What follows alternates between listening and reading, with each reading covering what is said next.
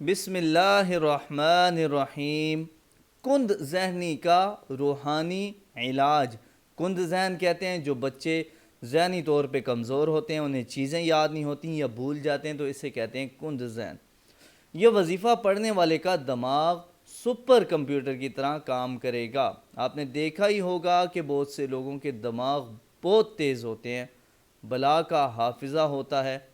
ایسے لوگ جو اپنے ذہن کو کمپیوٹر کی طرح تیز کرنا چاہتے ہیں، انہیں جان لینا چاہیے کہ روحانی طور پر استقامت دینے والے وظائف دماغ کی کارکردگی غیر معمولی طور پر بڑھا دیتے ہیں۔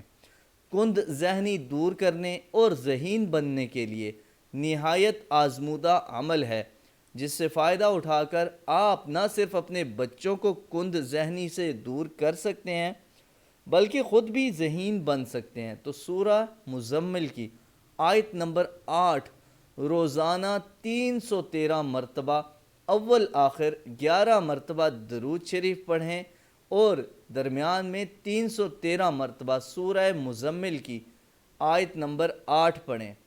انشاءاللہ اس عمل کی برکت سے کند ذہنی دور ہو جائے گی۔ اگر بچوں کے لیے وظیفہ کریں تو پانی پر دم کر کے انہیں پلائیں، ٹھیک ہے؟ یعنی یہ وظیفہ کریں، اسے پانی پر دم کر کے اپنے بچوں کو پلائیں۔ انشاءاللہ اس سے ضرور افاقہ ہوگا۔ اگر وہ امتحانات کی تیاری نہیں کر پا رہے، کورس ان کے لیے مشکل ہے تب بھی، یا ویسے اگر آپ انہیں ذہین بنانا چاہتے ہیں تو اس وظیفہ کا خصوصی اہتمام کیجیے۔